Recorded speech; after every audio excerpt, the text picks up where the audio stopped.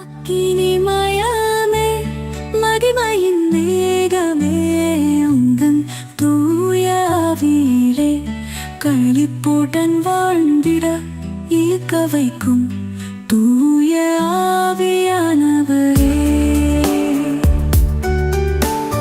அக்கினிமயமே மகிமையின் மேகமே உந்தன் தூய ஆவியிலே களிப்புடன் வாழ்ந்திட ஈர்க்க வைக்கும் தூய ஆவியானவரே.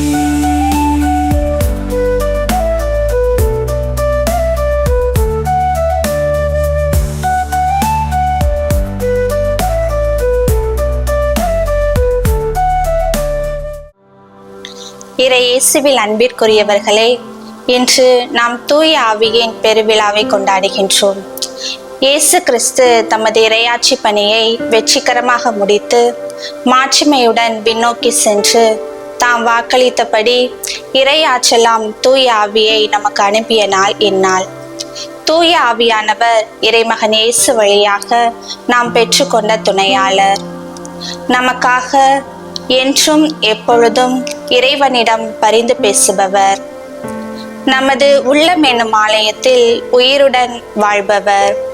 இறைவனின் வழியில் நம்மை ஞானத்துடன் நடத்தி செல்லும் ஒளியும் ஆற்றலும் உடையவர். இயேசுவின் வாழ்க்கையில் தொடக்கம் முதல் இறுதி வரை தூய ஆவியானவரின் உடனிருப்பு அவரை வழிநடத்தி சென்றது. தன் தாயின் வயிற்றில் உருவாகியதும் தூய ஆவியினால்தான். யோர்தான் ஆற்றில் திருமுழுக்கு பெற்ற போது விண்ணக தந்தையின் குரல் ஒலிக்க தூய ஆவி புறா வடிவில் இயேசுவின் மீது இறங்கி வந்து அவரை ஆட்கொள்கிறார். அதன் பிறகு தனது இறையாட்சி பணியை செம்மையாக தொடங்குகிறார். பணிவாழ்வு முழுவதும் துணையாக இருந்து வழி நடத்துகிறார். லூக்கா நற்செய்தியில் இயேசு தூய ஆவியை பற்றி கூறும்போது தந்தையின் வாக்களித்த வல்லமை என அழகாக குறிப்பிடுகின்றார். யோவான் நற்செய்தியில் 2 முறை தூய ஆவியானவரை தருவதாக வாக்களிக்கிறார். வாழ்வளிக்கும் தண்ணீராக, துணையாளராக, கடவுளின் வல்லமையால் நம்மோடு தங்குபவராக, நமக்குள் இருக்கிறவராக ஆண்டவர் இயேசு அடையாளப்படுத்துகின்றார். இயேசுவின் வாழ்வில் தூய ஆவி இணைந்து செயல்பட்டார். அவரின் அன்னையைப் போலவே அவருடைய பணிக்கு ஆதாரமாகவும் அடித்தளமாகவும் கூடவே பயணித்தவர் தூய ஆவியார். அந்த துணையாளரைத்தான் நமக்கும் துணையாளராக கொடுத்திருக்கிறார்.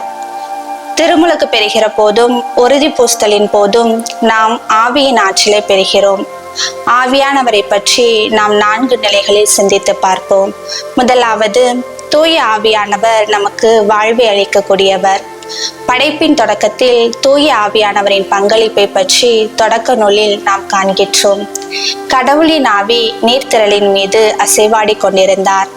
அசைவாடுதல் என்பது இயக்க ஆற்றலை குறிக்கிறது.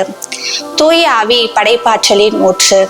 தூய ஆவி எங்கெல்லாம் செயல்படுகிறதோ அங்கு உயிராற்றல் உருவாகிறது.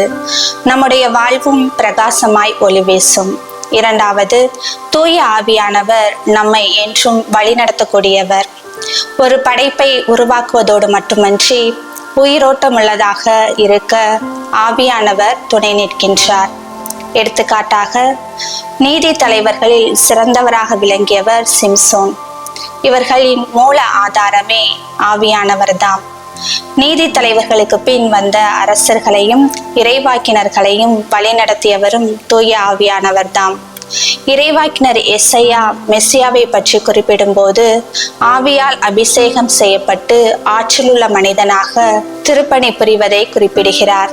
இப்படி நீதி தலைவர்களையும் அரசர்களையும் இறைவாக்கினர்களையும் ஆற்றலுள்ள விதத்தில் வழிநடத்தியவர் தூய ஆவியானவர். திருத்துதர்கள் அனைவரும் தூய ஆவியால் வழிநடத்தப்பட்டதை திருத்தூது பணிகள் நூல் மிக ஆழமாக எடுத்து காட்டுகிறது. நம் ஒவ்வொருவரையும் உயிருள்ள மனிதராக மாற்றுபவர் தூய ஆவியே. இதைத்தான் புனித ஜான் மரிய வியானி அவர்கள், நாம் தூய ஆவியால் வழிநடத்தப்படவில்லை என்றால் நம் உழைப்பு வீண், நாம் செய்கின்ற செயல்களில் சாரமோ சத்தோ இருக்காது என்று கூறுகிறார். மூன்றாவது, தூய ஆவியானவர் நமக்கு பலனை தருபவர். அருங்கொடைகளின் ஆவியானவர் தூய ஆவியானவர். புனித பவுலடிகளார் தூய ஆவியானவரின் கொடைகள், வரங்கள் மற்றும் கனிகளை பற்றி குறிப்பிடுகிறார். கொரிந்தியருக்கு எழுதிய முதல் திருமுகத்தில் பல அருங்கொடைகளை பட்டியலிடுகிறார். ஞானம் நிறைந்த சொல்வளம், பிணித்தீர்க்கும் வரம், வல்ல செயல்கள் செய்யும் ஆற்றல், இறைவா குறைத்தல், பகுத்தறியும் ஆற்றல் என ஆவியானவர் பல்வேறு கொடைகளை தருகிறார். கலாத்தியருக்கு எழுதிய திருமுகத்தில் தூய ஆவியின் கனிகளை பட்டியலிடுகிறார். இப்படி எல்லா விதங்களிலும் தூய ஆவி பலன்களை தருபவராக இருக்கிறார். நான்காவது, நம்மை ஒருங்கிணைப்பவர். உயிர்த்த ஆண்டவரின் உன்னதமான கொடை தூய ஆவியானவர்தாம். திருத்துதர்களுக்கு நல்ல துணையாளராக, உச்ச துணையாளராக இருந்து வழிநடத்துகிறார். பாவங்களை மன்னிக்க ஆற்றல் தருகிறார். ஆண்டவரை 3 முறை மறுதலித்த பேதுருவின் மனக்காயங்கள் தூய ஆவியின் வருகையால் குணமாகின்றன. புதிய மனிதராக கிளந்தெழுகிறார். அங்கே அமைதி நிகழ்கிறது, மகிழ்ச்சி உண்டாகிறது. தூய ஆவியானவர் அனைவரையும் ஒருங்கிணைக்கின்றார். கிறிஸ்துவின் திருவுடலாகிய திரு அவையை கட்டி எழுப்புகிறார். ஒவ்வொரு தனி மனிதனின் ஆளுமையை ஒருங்கிணைப்பதும் தூய ஆவியானவர்தாம். திக்கெட்டும் சிதறி கிடந்த அப்போஸ்தலர்களை அரவணைத்து அன்னை மரியாவின் தலைமையில் ஒருங்கிணைத்து ஒவ்வொருவர் மீதும் இறங்கி வந்து இயேசுவே ஆண்டவர் என்று அறிக்கையிடச் செய்தவர் தூய ஆவியானவர்தாம். புனித பவுலடிகளார் பிலிப்பியர் திருமுகம் 4:13 நாம் கூடி ஜெபிக்கும் போது அங்கு இறைவன் இருக்கிறார், தூய ஆவியால் நிரப்பப்படுகிறோம், எனக்கு உறுதியூட்டும் இறைவனின் துணையால் எதையும் செய்ய எனக்கு ஆற்றல் உண்டு என்று கூறுகின்றார். ஆவியானவர் நம் இதயங்களில் வாழ்ந்து நமக்கு வழிகாட்டுபவராகவும், பலப்படுத்துபவராகவும், புனிதப்படுத்துபவராகவும், ஆறுதல் அளிப்பவராகவும் என பல்வேறு பணிகளில் நம்மோடு இணைந்திருக்கிறார்.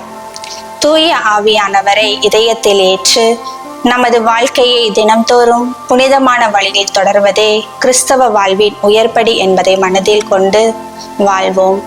தூய ஆவியானவரின் துணையோடு இயேசுவின் வழியில் நடப்போம். இறை அருளை பெறுவோம்.